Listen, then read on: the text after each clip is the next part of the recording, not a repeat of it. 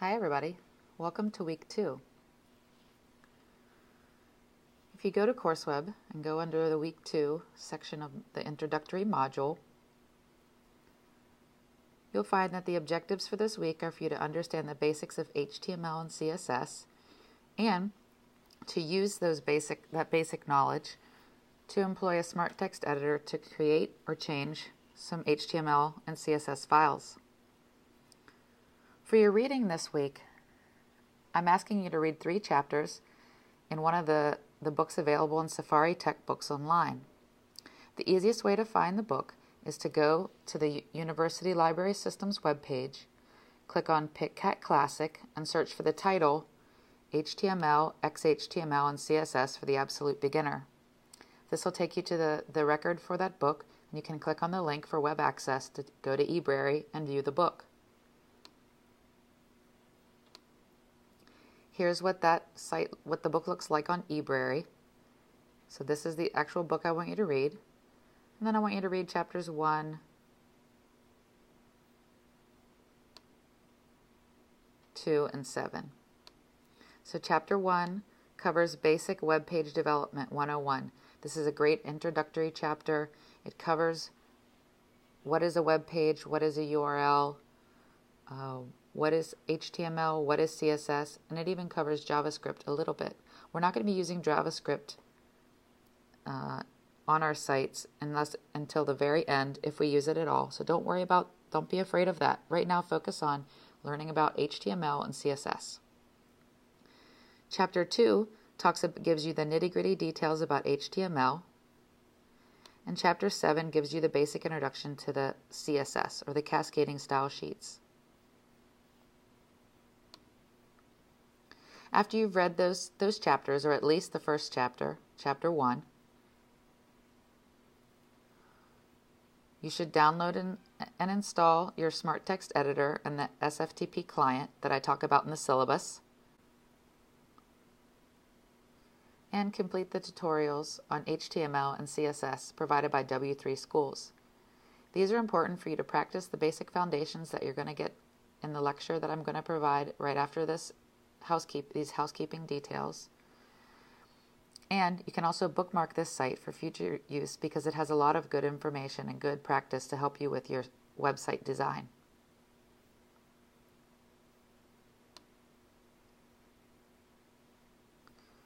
This is what the tutorial looks like. So it has the basic content that you follow, and then it gives you some example and you can try it yourself. You continue to the end of this page and then click Next Chapter. Continue and keep going through the tutorial. And as you can see, as we're moving, we started at Home, we went to Introduction, Editors, Basic. So the tutorial will take you through all of these topics. I encourage you to, again, keep going as long as you have time for, but at least go through the basic set.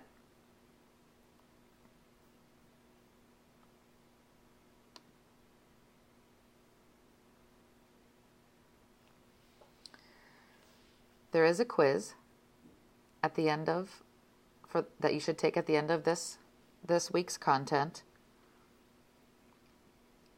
You can find it under the quizzes area. It's not timed. You can save your content for later and keep going, or you can do it all in one shot. You're also due to submit the scenario selection for your technology plan. Please do that in your Google Drive folder. And this week I'm assigning your first graded journal entry, which is where you make an entry in the troubleshooting journal and talk about your experience with making an HTML page and making a CSS page and practicing with the tutorials and etc. If you have not created a Google folder and shared it with me, or shared your Gmail address, or made an initial post to the troubleshooting journal, please get those things done as soon as possible.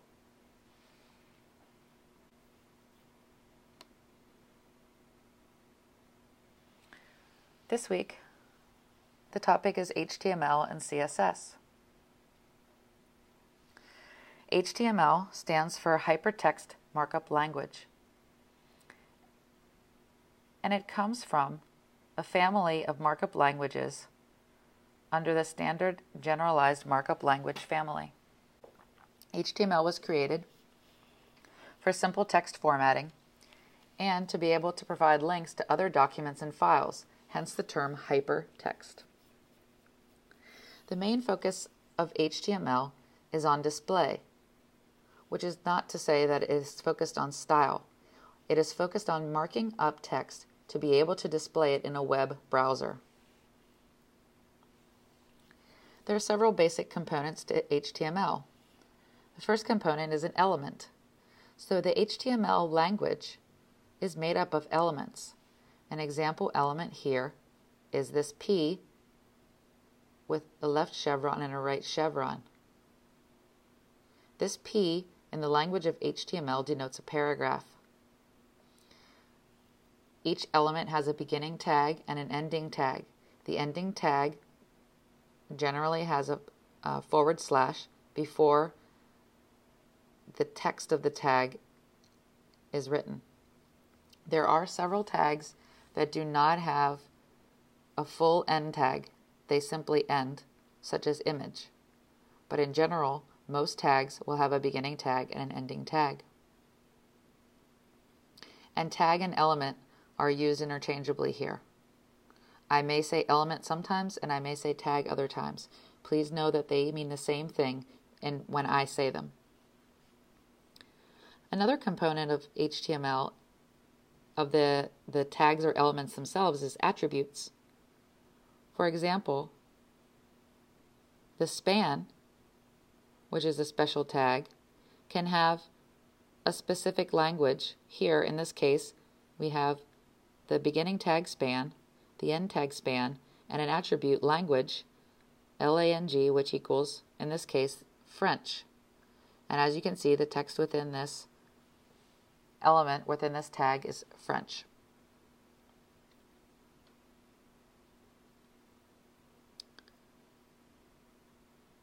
The last component are character and entity references. So, for example, the left chevron, again, as I mentioned up here when I was introducing the element, indicates the start of a tag. Whether it's the start tag or the end tag, it's the beginning of a tag element, a tag itself. And the ampersand normally indicates the start of a character, entity reference, or numerical reference. So for example, if I wanted this E with this accent to appear on my web page, I can make this in my document by using the ampersand E acute. So I can use this reference information, reference word, to make this show up on the site. Don't worry too much about the character and entity references. I'm just introducing them because I'm giving you basic information. You'll definitely use elements, which are the backbone of any document, and you will definitely use attributes. But the character and entity references are a little more advanced. Let's look here on the right and we see a simple HTML document. First of all, we need a doc type statement, which is basically telling the browser, when the browser opens this file, that this is an HTML file. You see, doc type HTML. Then we have our opening tag, which is HTML, and you see there's an end tag for HTML at the bottom. Next you see we have a head, and we have the end for the head, and we have a title within the head. And then we also have a body, which has a paragraph inside. So you're starting to see now, as I explain this, that an HTML document is set up in a hierarchy, or you can think of it almost like a set of nesting dolls. So you have the HTML element that surrounds everything. You have two units within that. You have a head and a body. And within the head, there is a title, and within the body, there's a paragraph. in this case, because this is a very simple document.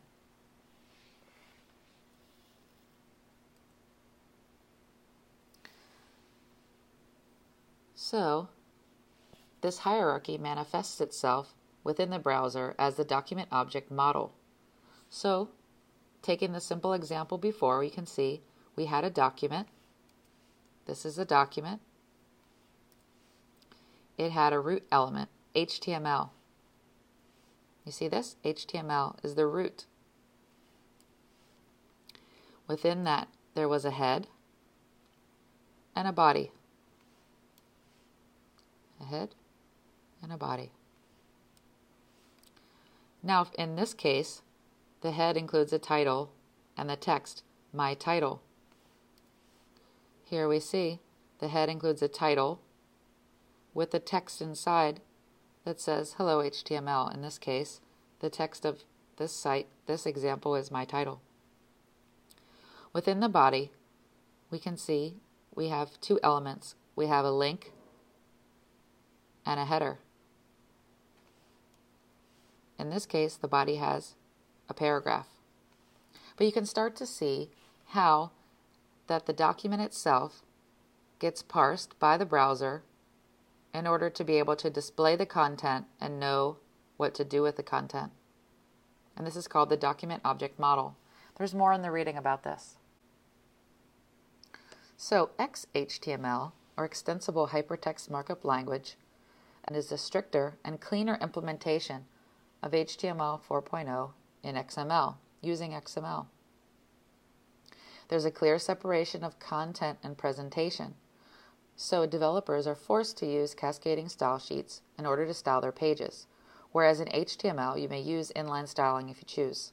XHTML is most useful for mobile devices because there's a lower capacity or lower probability of misinterpreting tags, because it forces you to have a well-formed document, which means you have a strong document object model, and you're not missing tags, and all the tags are represented in a uniform way. The main differences between HTML and XHTML are in the elements. So the elements in XHTML must be properly nested inside one another. They must be closed, so there's a beginning and an ending tag. They must be written in lowercase, and there must be a single root element or HTML element.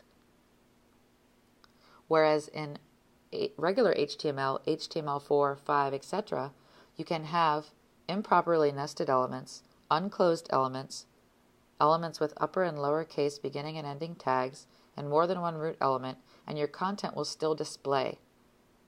So just because in your document that the browser is able to display your content does not mean that you actually have a well-formed document. So please pay attention to these details. Another difference is in the attributes. Again, all the attributes should be named in lowercase characters, and they should include quotation marks around them. And finally, XHTML requires a DTD, or a document type definition.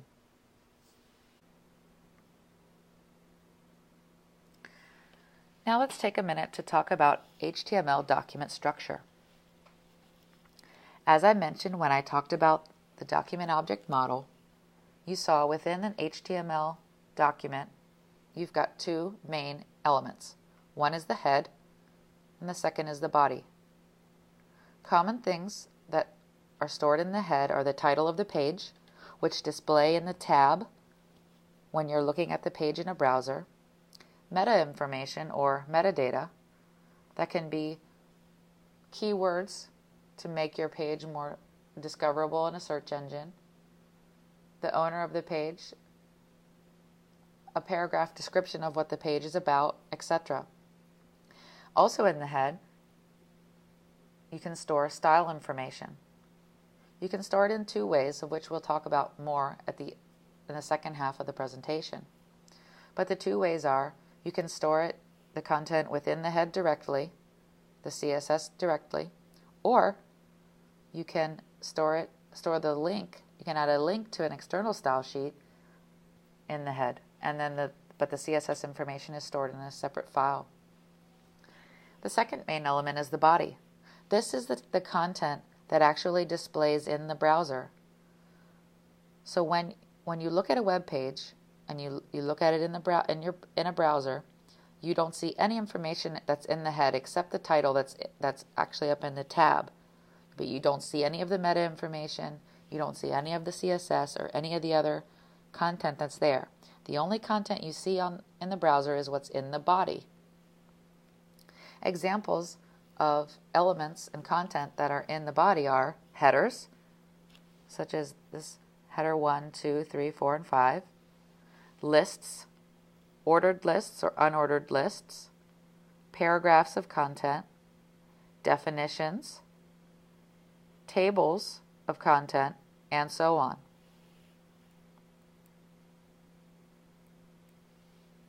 As I mentioned earlier, elements are the core component of the HTML language and therefore the document.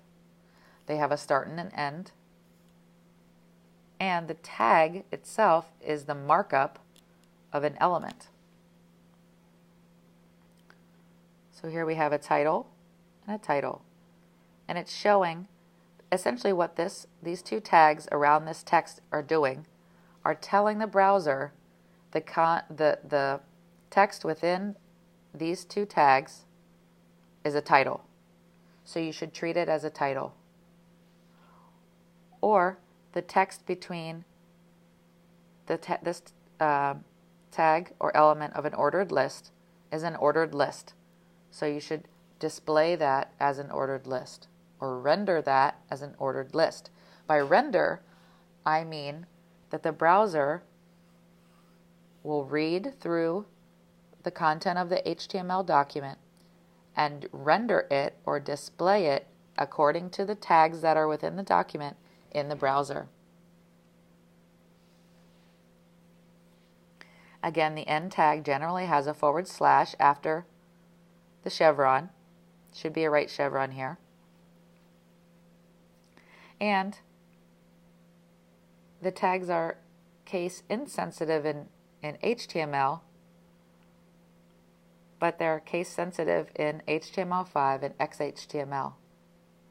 So for example, in HTML4, title, title, and title would be viewed the same way or used the same way, but now it has to be the all lowercase title.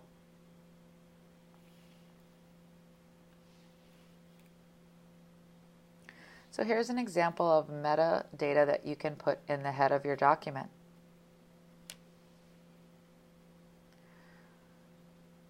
So you should get used to looking at these types of content, this types of language, and figuring out which part are the elements, which part are the attributes, and which part are the actual content or values of the attributes. I've color-coded this text to help you start to see the patterns,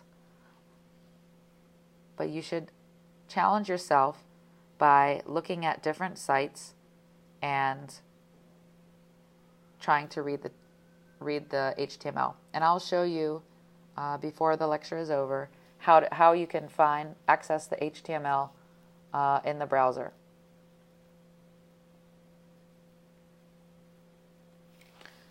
So here we can see one example.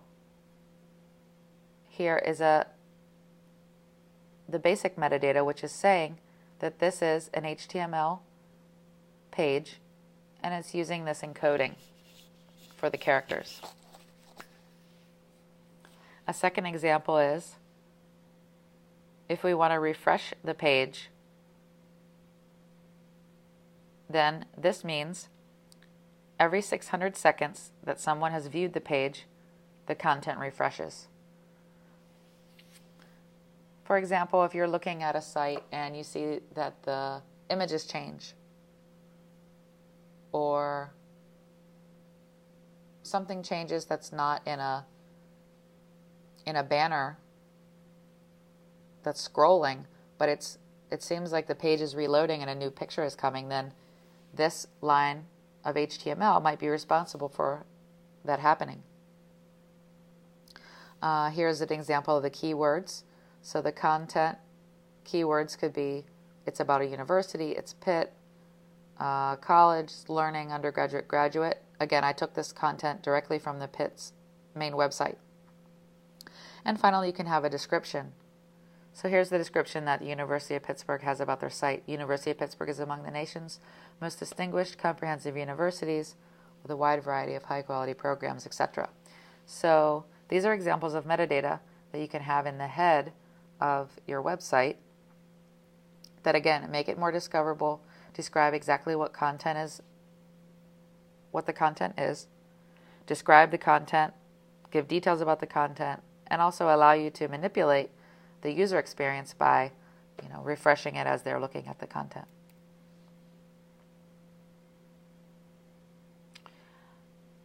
Now, there are other types of tags that are used in HTML that allow you to modify the presentation of the content on the web page. For example, some font tags are typeface, related to the typeface. So using the font tag, here we see this is the font tag, font. We can see if we do font with an attribute face, we can manipulate the typeface of this text of the text that's within the brackets. Similarly, if we do font size, we can manipulate the size of the font that occurs between these brackets.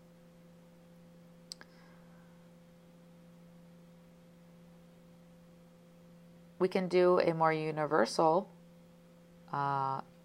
manipulation of the text within the body element itself by changing all the text to red or using a color code. And lastly, there is an emphasis tag where we can make the content bold or italicized. Now, I'm telling you about these tags. However, you will not use these tags in your site because you're going to use CSS. So these actually get replaced by CSS, but I'm introducing them so you can see how originally in HTML you could use different tags to manipulate the style or the view of what the page looked like. But now you're going to use CSS.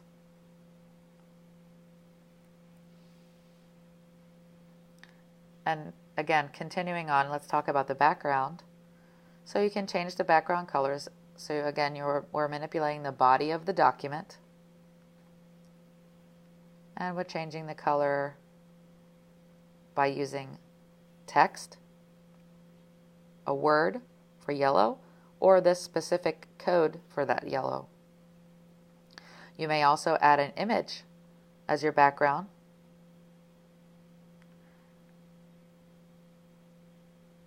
In different ways.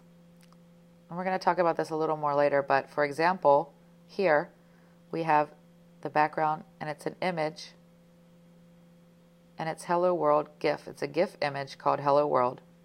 And in this case, we see that that it's inside the main folder with the page that is calling this image. Whereas in this case, we have image / Hello World GIF. This means we can read this to mean that this image is inside a folder called images, and the folder images and the HTML page calling this image are in the same folder, the main folder. We may also link to something on the web using a link. Again, you will do all of these things, or you could do all of these things for the site that you're going to build, but you're going to use this in CSS. You're going to do this in CSS, not in HTML. So for example, let's do an example to find the image that's being linked to. And this is very important because the way you store your images that you're using in your site is important for them to actually display.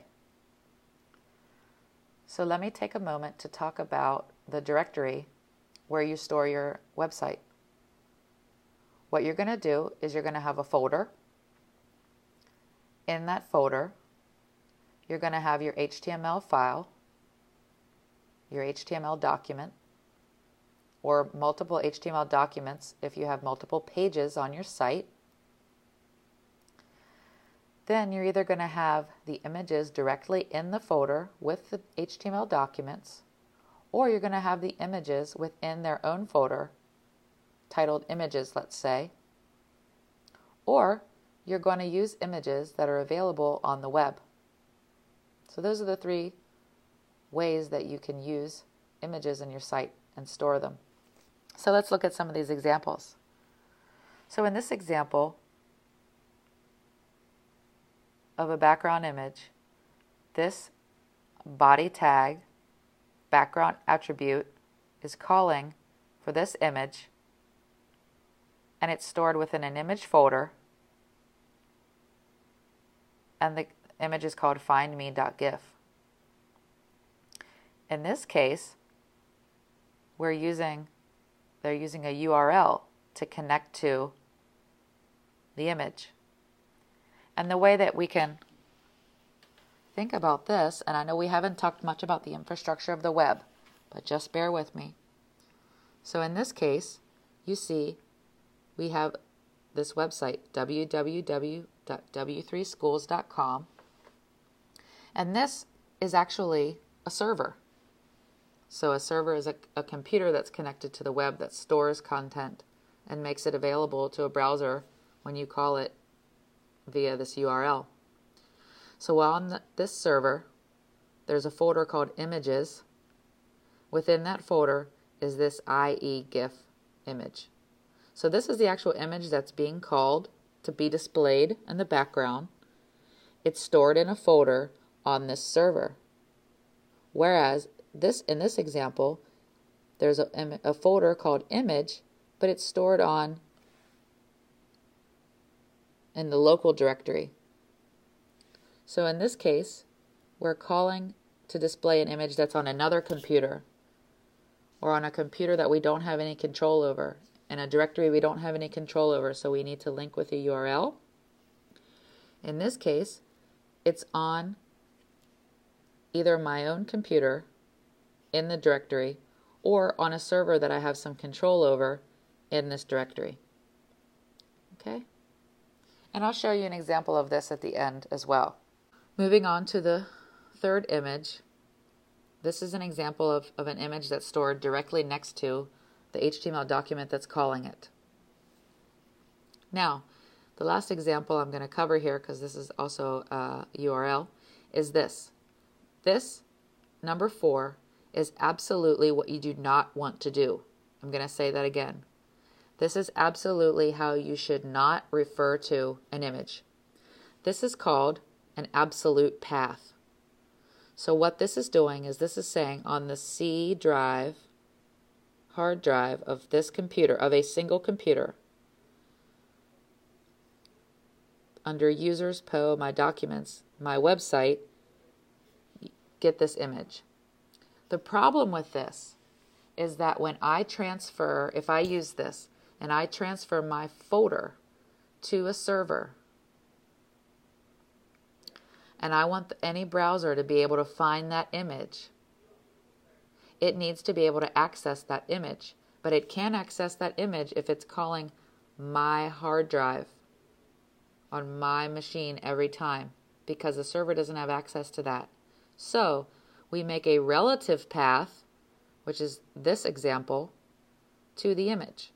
So we say, within this directory, there's an image folder, and it's got the picture in it, or the image in it. It doesn't matter what machine it's stored on, as long as that folder is in the same folder as the HTML document. No matter what computer it's on, what server it's on, it'll find the image. However, if you make an absolute path to this only single computer, the server won't be able to find the file. The browser won't be able to find the file. Okay? So let's talk for another moment about linking in the file path. So I mentioned in the previous slide that there are two main kinds of paths. There's an absolute path and a relative path to any document. I was using the example of an image, but it can be to any document.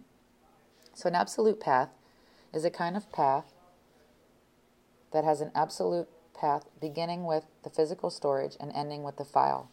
So for example, the hard drive is the physical storage and it ends with the file. So that means,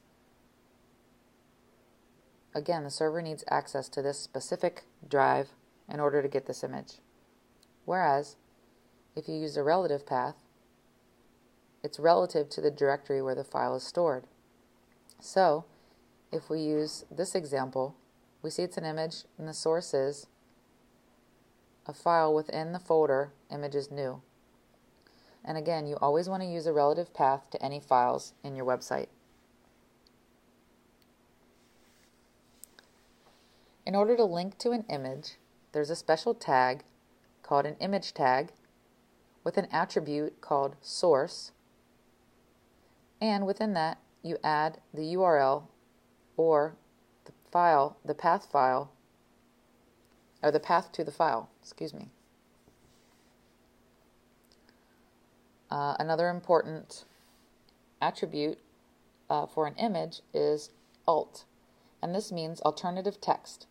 And this is useful in case the image is lost and can't be displayed. There's alternative text that describes the image. This is also very valuable for someone who is not sighted to be able to interact with the image and understand what the image is, even though they can't see it. Other important attributes are the width and the height, or the size of the image, and the border of the image. You may also use an image as a link. The link tag is the A tag, and it stands for anchor. And the attribute of the anchor tag that allows you to add any link, this is for any link, is the href, so hypertext reference. In this case is the PIT website. And if we wanted to, from our site, click on an image, this image, and be taken to the PIT website, this is how we would structure that tag. So we've got the anchor, the link that we want to go to, the image source, some alternative text to say it's about the University of Pittsburgh, some other attributes about the image, and we've got the closing anchor tag. So if we saw this on the website, there would be an image of a banner logo of Pitt, and you click on that image and you get taken to the Pitt website or the home site.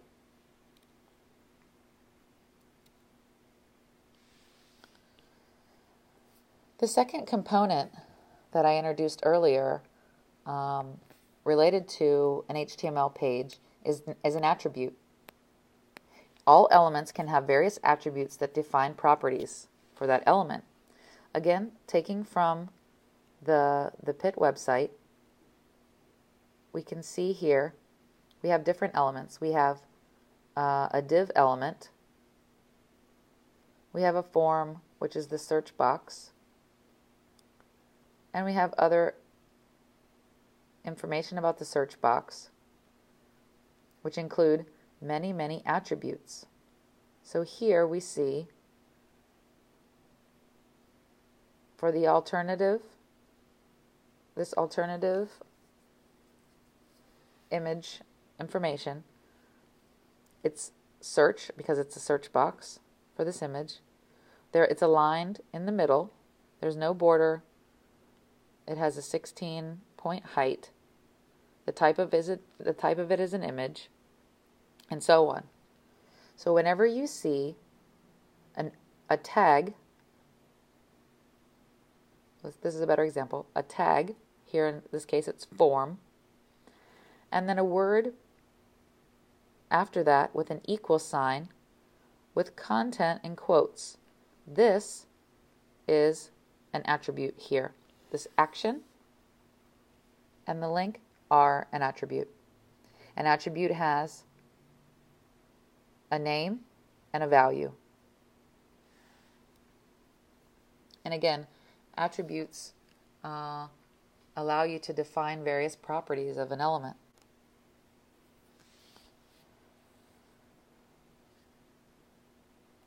So we've talked about several kinds of elements. We talked about font elements and emphasis elements and image elements and link elements. Another kind of element is a list. And there are two main kinds. One is the unordered list. And when you use an unordered list, it looks like this in the browser.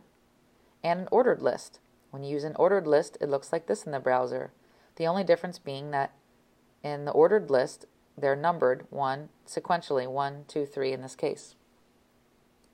So for example, here's an unordered list from the Pitt website, which includes a list of links. Now, I can show you another example of a link that doesn't use an image but uses anchor text. So let's move through this HTML content together. First, we've got an unordered list, which is going to look like this, with bullets but not numbered. Within this unordered list, we've got 1, 2, 3, 4, 5, 6 list elements. So there are 6 items in the list. The first item is a link we see by the A anchor tag or anchor element. This has a name, which is called A, and an ID A. Okay. The next item in the list is also an anchor or a link, and it's a link to the academic calendar. And when you look at the site in the browser, you see academic calendar with a hyperlink under it, and that hyperlink goes to this URL. Okay. In this case, in the third list element, we've got a link which has an href attribute, which is the Academic Resource Center. The text that displays is the Academic Resource Center, and it links to this link here. So this is exactly when you look at a site and you see a list of hyperlinked text that aren't actual URLs. This is what the HTML looks like for those links, for those sets of links. Another thing that's important when you're making your web page is the layout. How are you laying out the content? And you have several options for this. One is to use the division or the div tag. We've seen a few examples of that already. And this can be used as a type of container for other elements. And it's useful for the document layout. So for example, in this example, you might have one div here, that's the main area. You've got another div on the left, which is your menu, which is again that list of links we just looked at. Could be an example. You've got a third div here, which is your main content, and you've got a fourth div, which is the footer on the bottom. So this is an example of a sample page that would have 4 divs or divisions. Another option for laying out your text is you could use a table. You could use a table itself just to display information like is shown here on the slide, but you also may use it to lay out your content if you choose to. And the tutorials that you're going to use will, cover some of that. So again, another element is the table. Each table has several elements that it's composed of. The table itself, each row, the data, and the header. So for example, to display this specific table, we need all of this HTML. So let's look at it together. So first we've got a table element. The border is 1, the cell padding is 10, the cell spacing is 1, and the color is blue. So we see we've got a table. The border, which is this all around, is 1 point. The cell padding, which is what's inside the cell around the text, is 10. And the cell spacing is 1. And we've got the color. Next, called the caption, which is the caption for this table. What is this table about, or the title of the table essentially. Here we see you've got my contact information. And then we begin to build the table using rows and headers and data.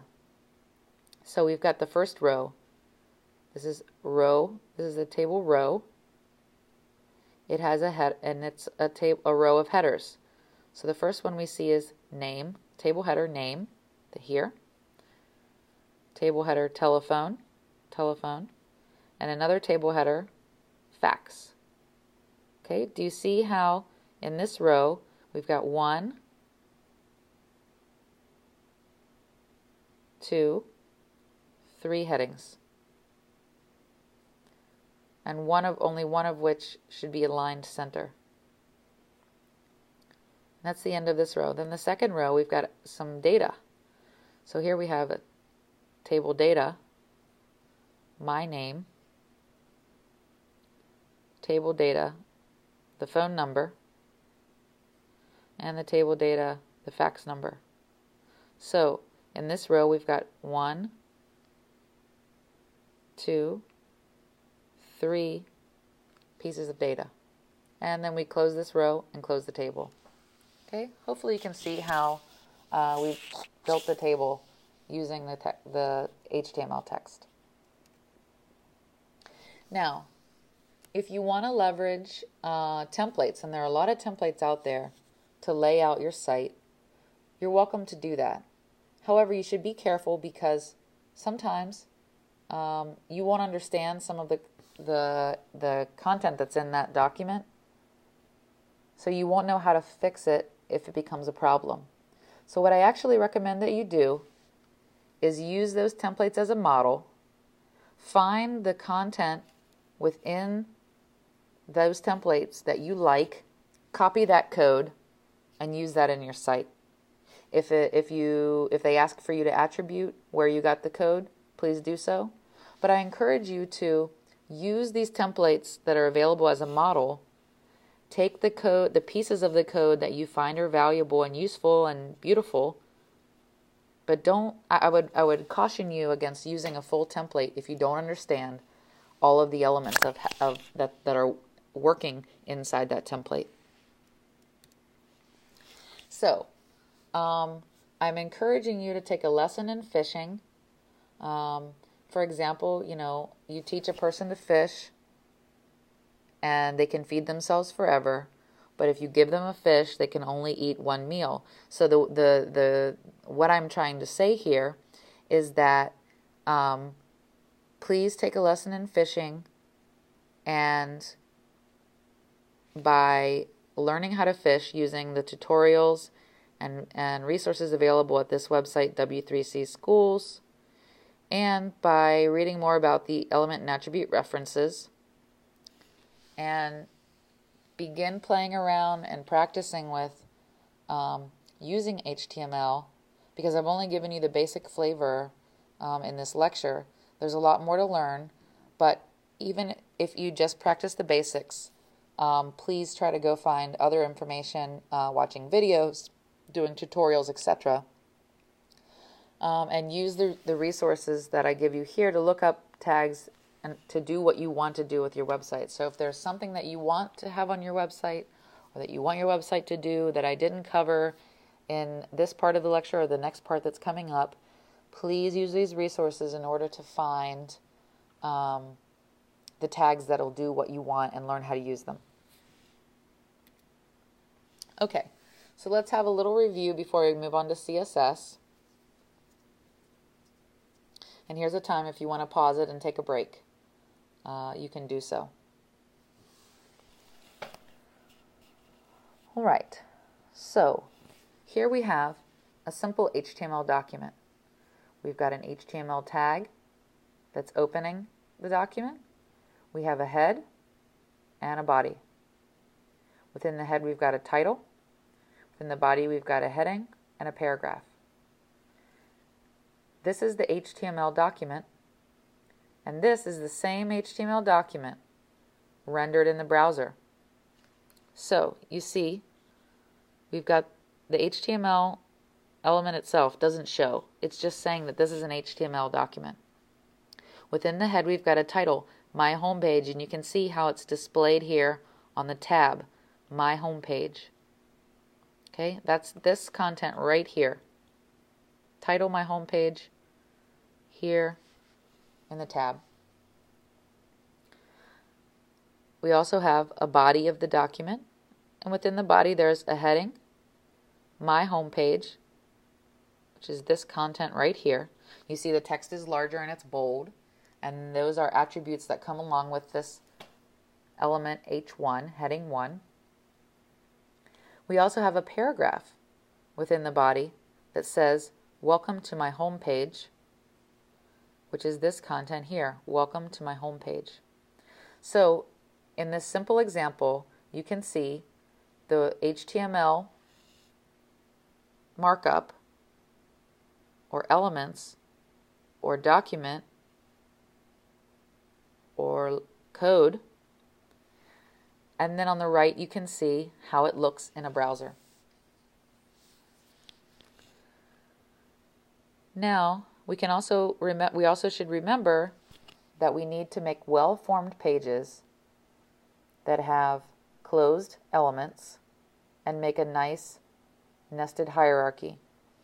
So if we were to look at this example in the DOM model, or the document object model, we would see we've got an HTML element here, which is this, which has a head, here's the head, beginning and end, which has a body, here's the body, beginning and end. The head has a title, here's the title within the head, beginning and end. And the body has a heading and a paragraph. And here we see the body has a heading, beginning and an end, and a paragraph beginning and an end. So this is a simple, well-formed HTML document where you can see a distinct hierarchy and how it's displayed in a browser. Okay, so one thing I need to mention before we start to talk about CSS is the semantic structure and markup of a document. So documents, all documents, but also web documents, are made up of logical types of content. And content of the same kind or type usually gets formatted to look the same. For example, in a document, you want all of your headings to be the same, or headings of a certain level to be the same. You want all the text within the document that's not a heading to look the same. So HTML markup is based on these logical content types, and CSS leverages these logical content types in order to do the styling. Okay, so let's look at the example of this document here. So we've got the main topic here, which translates into the top heading, the biggest heading. Then there's a quotation, and we want that to look a specific way, so we can use the tag block quote. Then we have the subtopic, or let's say the second level heading, and we want it to look a certain way as well and be distinguishable from the other text. Then we have different paragraphs of text. So we've got a paragraph here, here, we've got other paragraphs here, and we want all of those paragraphs to look the same. So we use the same tag to call them all paragraphs. Then here we have a bulleted list and different list items. So we can also have that in HTML, where we've got the unordered list and each list item. So, because documents themselves have a logical structure, as we see on the left here, with the main topic, quotes, different types of headings, paragraphs, and bulleted lists, we can represent that same type of logical content using HTML. All right.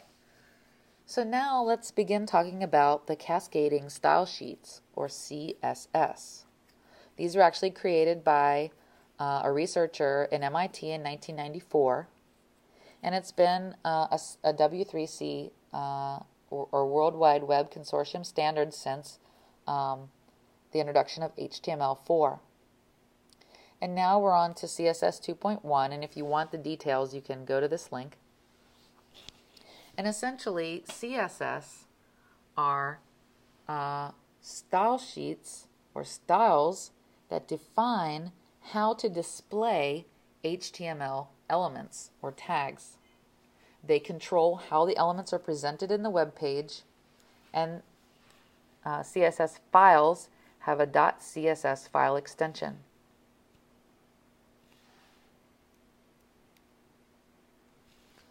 So the goal of CSS is to separate the content from the presentation. So HTML should be used to format the content. Is it a paragraph? Is it a block quote? Is it a heading? Is it a title? From the presentation. What's the font of the heading? Is the heading bold? What kind of typeface are we using for the paragraph text? What color is the text? So CSS does all of the second part, which is what kind of font, what's the color, what's the background color, what's the image. CSS takes care of all of that, where the HTML takes care of what is the actual denoting what the actual content is. Is it a paragraph? Is it a heading? Is it an image? Etc. Now, I want to emphasize the use of external style sheets. So we're going to talk about how you use CSS, or how you can use CSS actually in your site in a little bit. But one way is using an external style sheet, which is a separate document with a .css extension that has all of your CSS in one file.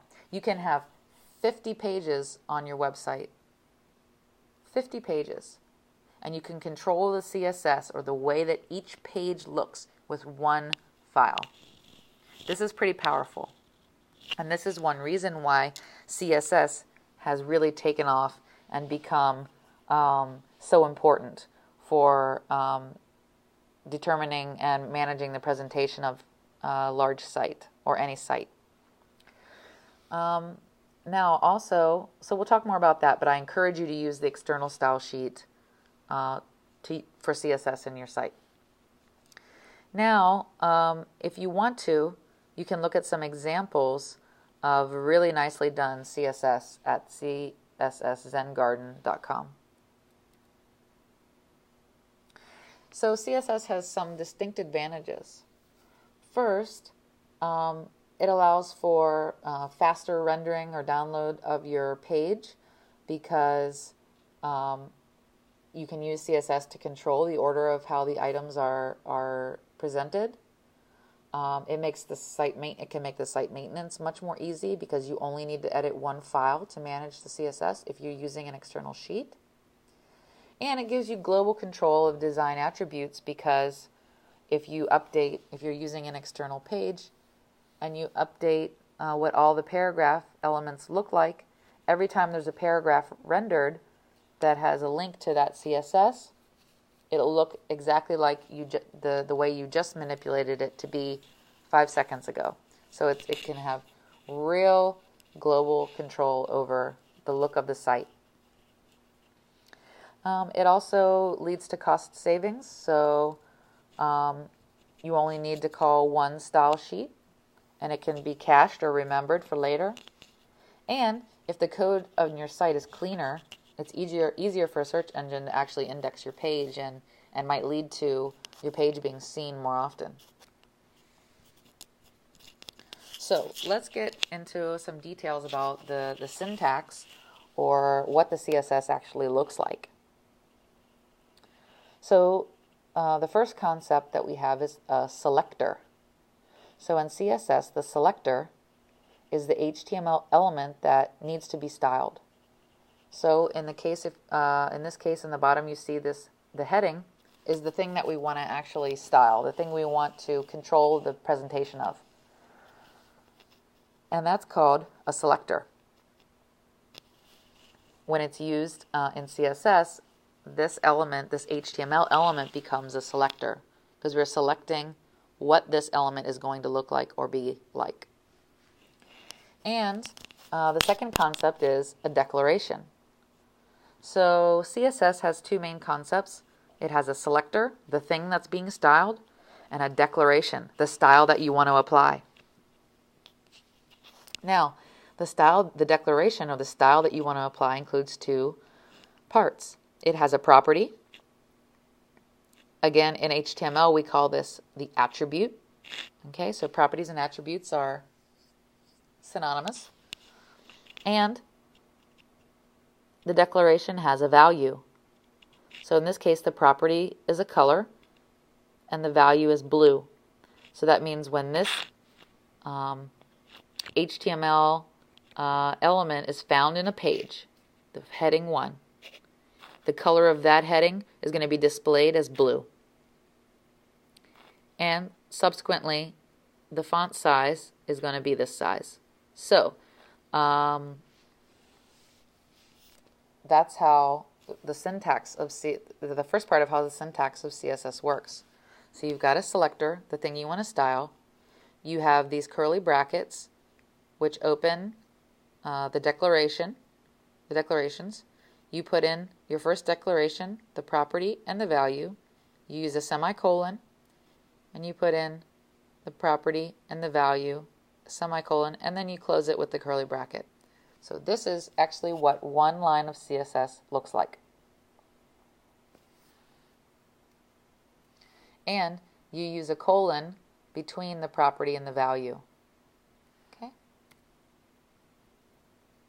Okay, here's the second part of the syntax. So the CSS declaration always ends with a semicolon, and then you surround them with curly brackets, like I mentioned.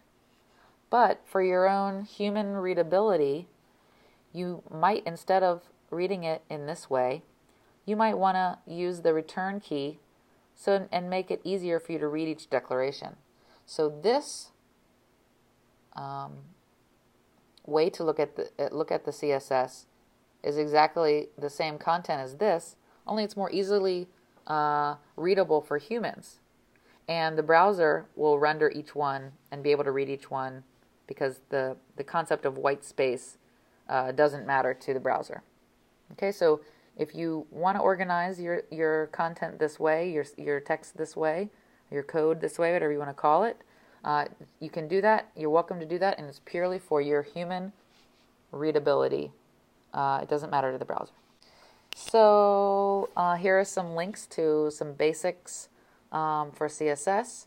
So if you want to manipulate the text, the font, you want to manipulate links, lists, tables, or the background, these links will take you to the W3 Schools page that tells you how to do that CSS. So another important concept related to CSS is the box model. Okay, and this is used for the design and the layout.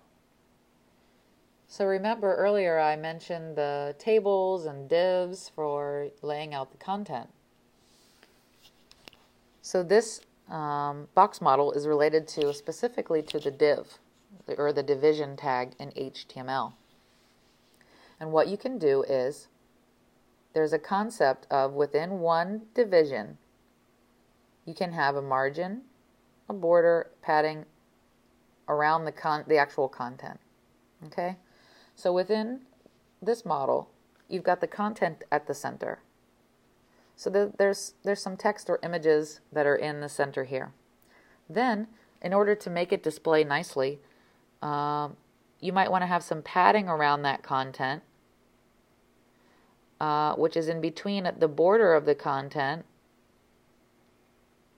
and the content itself. And in the border, you might have a margin around the border that's between the other content that's outside of the div and the border.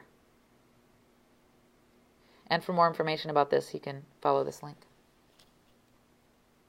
Now, the thing you need to think about is when you set the width and height of different properties or different content in CSS, you need to think about how that's going to impact the display of the page. So if you're using a div and you've got different padding and borders and margin, and you want to fit it onto the browser in a nice clean way, you need to think about the size of an element as, or the size of the content as the size of all of these things combined. So you've got this content, and it might, and this here is 250 points or px, pixels. But if you're, and you, let's say you've got, you know, the browser has 500 pixels wide. So you won't be able to fit two of these 250 pixel wide elements or items there, images or text, sections of text there, because you've only got 500 wide, even though the content itself is only 250. So you need to consider both the padding, the border, and the margin in the size. So take a minute to look at this and try to estimate what's the actual size of this content on the page.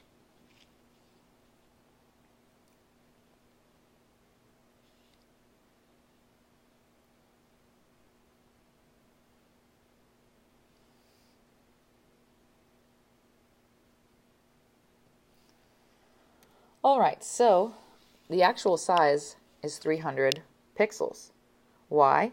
Because the center is 250, and on both sides we've got 10, 20, another 5, 10, that's 30, and another 10, 20, that's 50. So we've got an extra 50 around the content, which leads to 300 pixels wide. So anyway, the idea of the box model is for you to make beautiful pages and make the layout of the content look nice.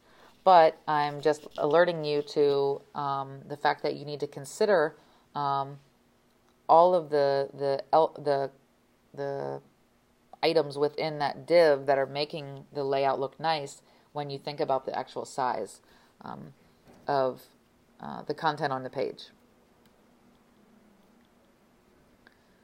Again, as a review, the CSS contains a selector, the thing being styled. In this case, it's a type selector, and declarations, which are made up of properties and values that actually control what that selector or element is going to look like.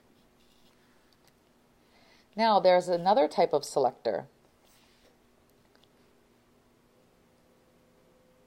which includes two kinds, an ID selector and a class selector.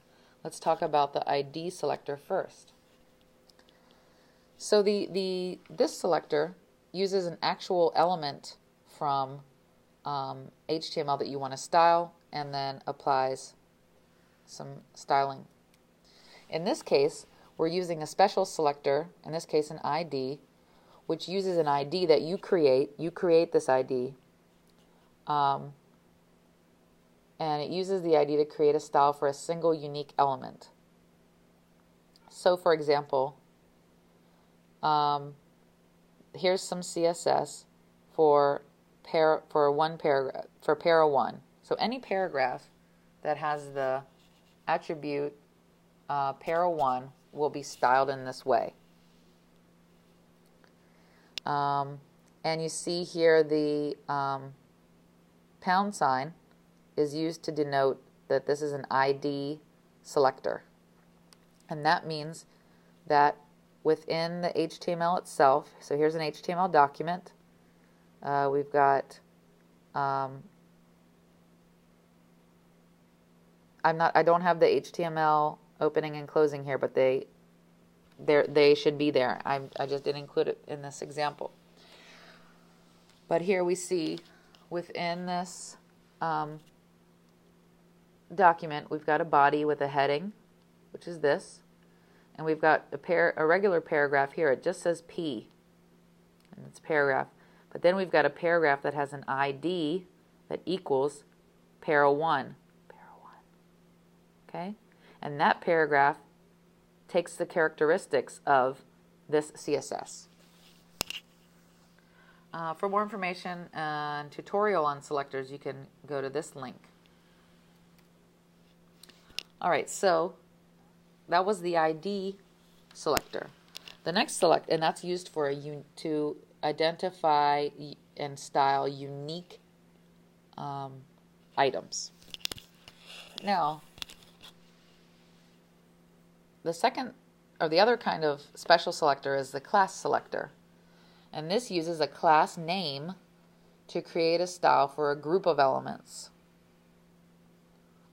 And the syntax for this is a period that identifies the class selectors. So in this case we have, in the CSS file itself, we would see we have a dot or period center, which is what we're naming this class.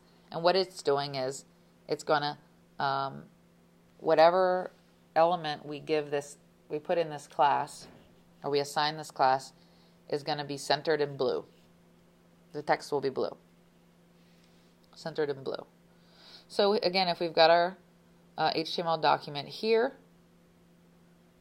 and we've got one heading, we've got a heading in this case that has a class that's center, and it gets centered in blue.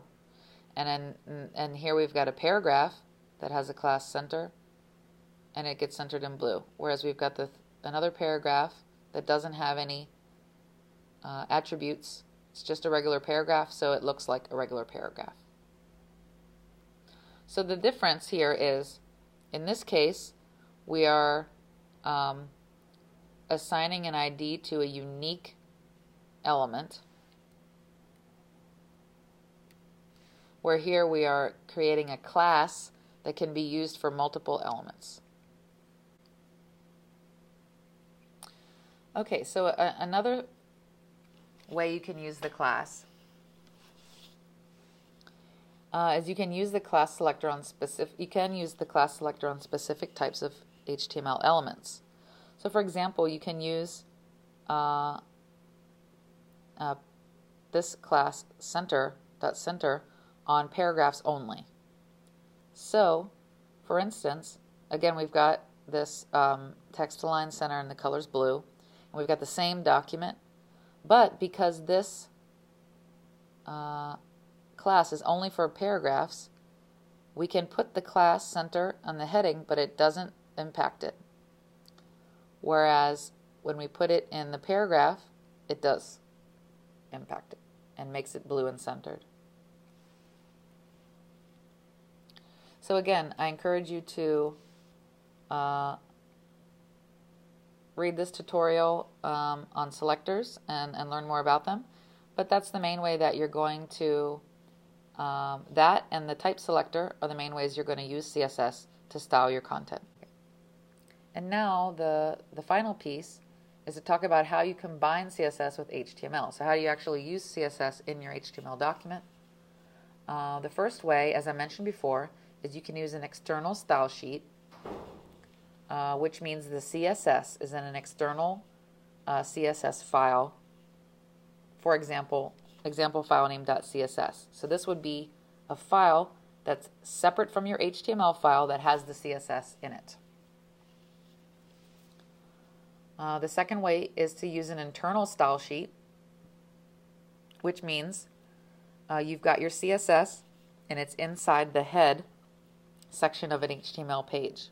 So it's not it's not shown on, it's not in the body, it's not shown on in the browser. It's in the head section, and it's exactly the same as what's in the external file, only instead of being in a .css file, it's within the style element or style tag in the top head section of an HTML page.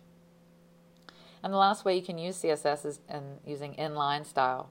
So that means within an HTML element itself, it's a style attribute. So to recap, you can use a separate file, which is a .css file. You can add the CSS into a style element or tag within the head of an HTML page, or you can use it as a style attribute within a specific HTML element. Alright, so let's look at an example. So for an external style sheet, let's say we have a simple.css style sheet, right? And it has an HR line, a paragraph, and a body, content in it. And the way that you use CSS and HTML together in this case is you've got your head element in the HTML. You've got a simple HTML. So here's your simple HTML file. Here's your simple CSS file. You've got the CSS markup, which is this in here. And you've got part of the document, which is the head, which is here. And you take the head with the link element to the style sheet of CSS. Here's the name of the file. And you put that within the HTML document. And then when this simple HTML document is being read by the browser, it reads this line that there's a style sheet that's related. Here's where it is. It finds it, and then it applies it. Okay? So you put the link for the CSS file inside the HTML file in the head. Second way is in the head part of the simple HTML file. So you've got your simple HTML file. You've only got one file now. And within the head element, you actually put, within a style element, you put the CSS. So you see we've got a style element from HTML. And within that, we've got, within the beginning and the ending tag, we've got our CSS. So then, when the browser gets this file, and it starts to read through the file, it finds the style element and says, oh, here's the CSS for how I'm supposed to display these items. And finally, you can use the inline style.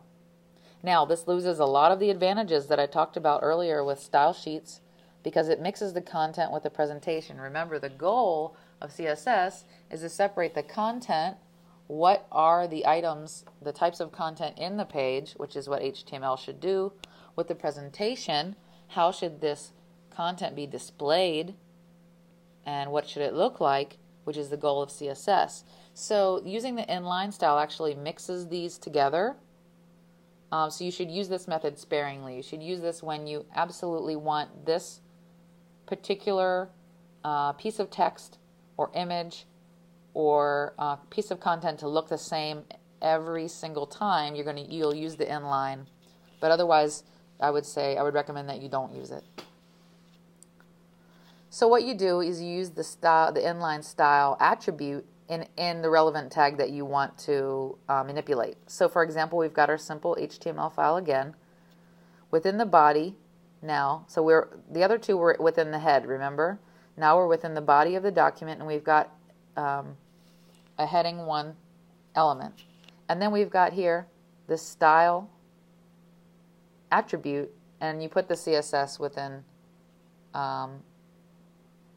this element. So it's actually within this HTML element where the CSS is. For example, you can see this example here.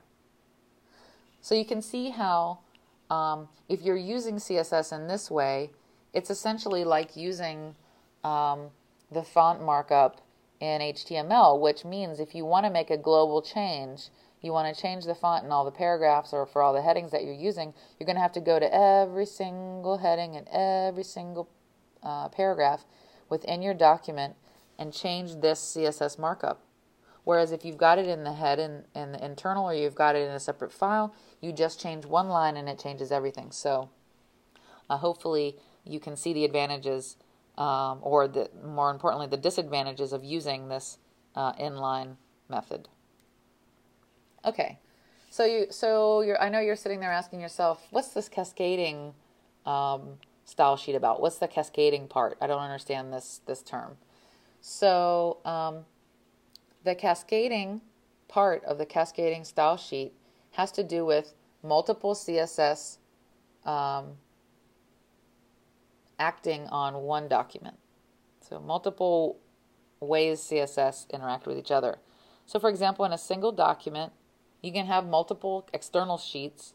You could have an internal sheet, and you can have some inline styling. So you can actually, the three different kinds of styling I just explained to you, you can have them all going in one page. Now, it seems like overkill and kind of redundant, so maybe you probably shouldn't do that, but you could.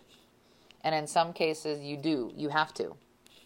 So the way that the style sheets, cascading style sheets work is that all of these styles you've working together cascade into a new virtual style sheet, and it uses the following rules of priority. So for example, the inline style, which is using the style attribute inside one HTML element, gets the highest priority.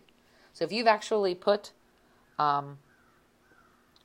content inside this element, that's going to be that takes priority over the other ways it's been styled.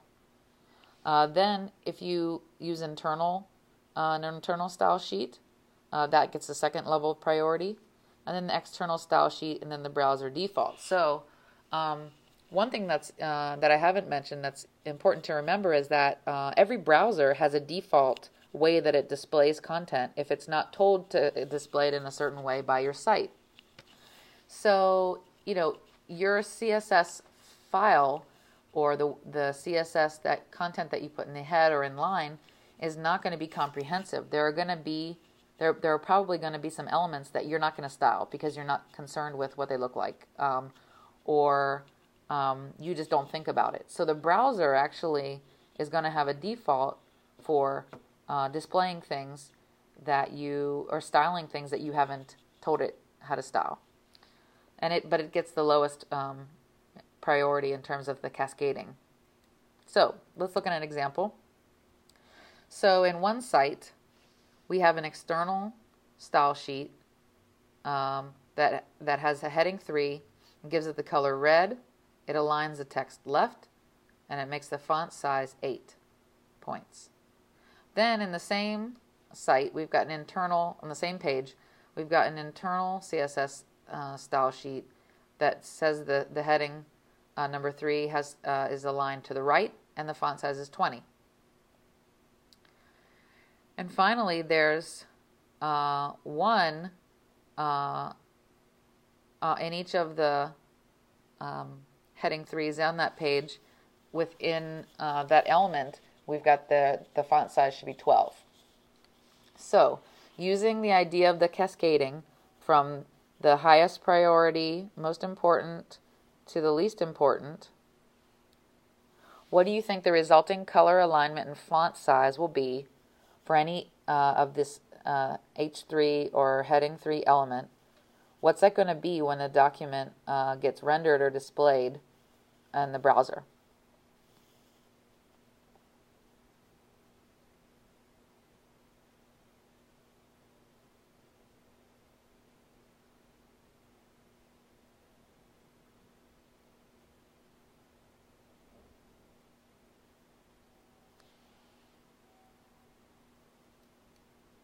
All right, so using the same example, I know the coloring is different, but the example is the same. The cascaded virtual CSS would be that the color is red. And you see the color is red because the internal and the inline didn't make any comment on the color. So the only one that made a comment on the color was the external. So that gets retained. The text alignment is right. Now we see internally the text was aligned right, and externally the text was aligned left. So you see, because the internal style sheet gets priority, we end up with the text aligned to the right. And then finally, all three of these contributed a declaration for the font size. So we've got the external saying 8 points, the internal saying 20, but we've got the inline that is saying 12. So because the inline gets the priority, we've got the font size 12. So with all of these style sheets working together, the cascaded virtual style sheet would have these specific properties based on this cascading pattern of priority.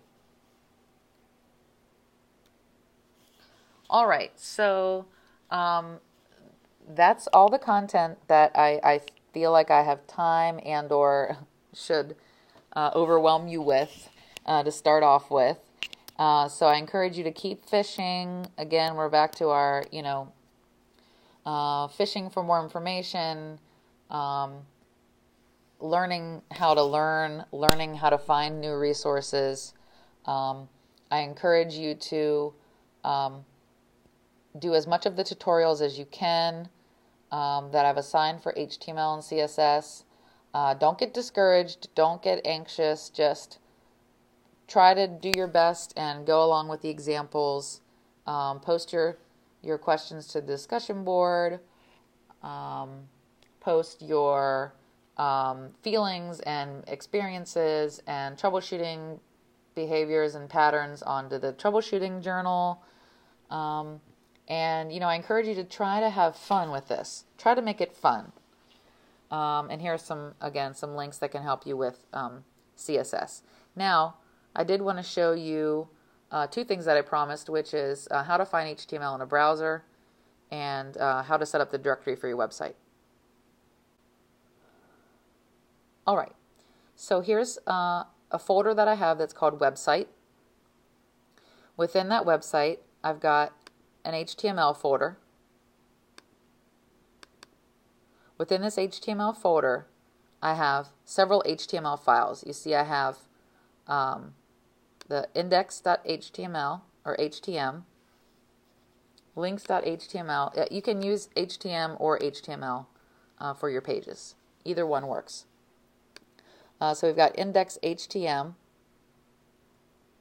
links.htm. I have a CSS file here. And then I've got a folder that has images. All right, so let's look at how that. I'm going to open this with Text Wrangler.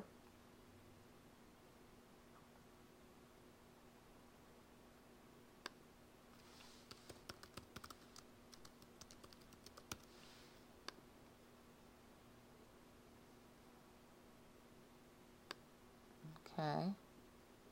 And here we can start to see the content of this HTML document.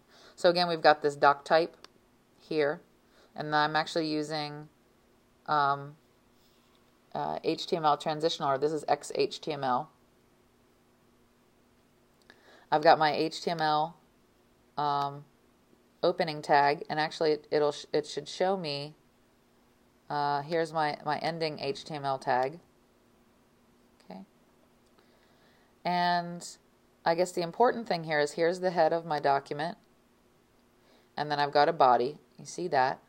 But here I've got a link to my style sheet.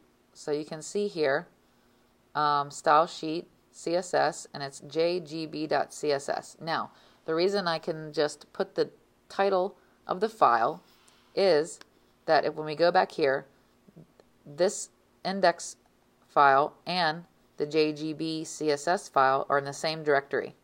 So I can just call that file directly. Now, if we look at an image that I have, let's find an image.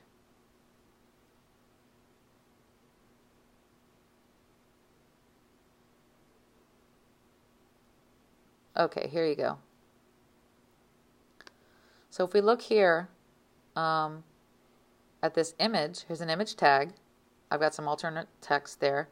The source of it is images and the title of the image.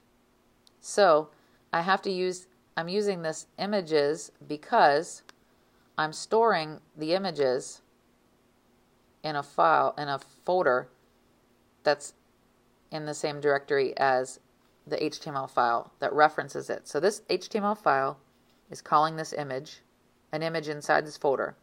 And in order to do that properly, I need to use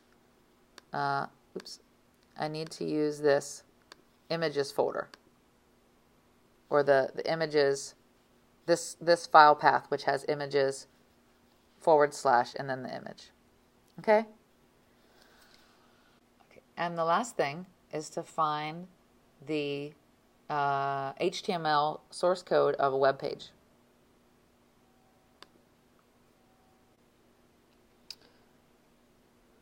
Okay, so as you can see, I'm going to show you in Safari and in Chrome. As you can see, in Safari, I've got this Develop tab here. The way I got that is under Preferences, Show Develop Menu and Menu Bar. Under the Develop menu, you go to the page that you're interested to see the HTML for, which in this case is our tutorial page, and you click Show Page Source. And what that does is it brings up a console here which shows you the HTML for the page. So you can see all the content that's being used on this page.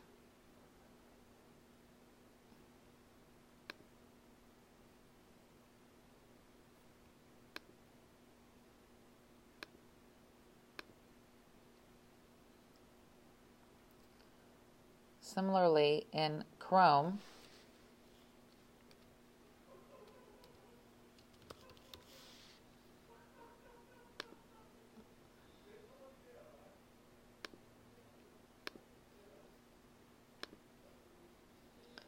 if we go to another tutorial and we go to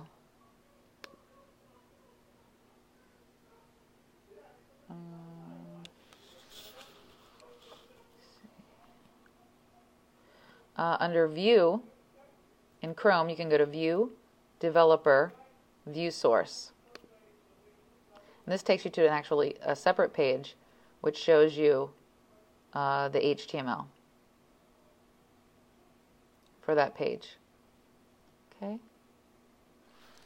So again, I encourage you to take advantage of the tutorials, take advantage of the readings, play around and practice with HTML and CSS this week.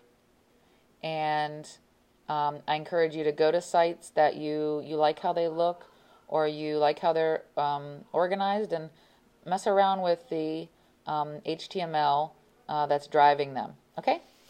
So I wish you a good week. Good luck.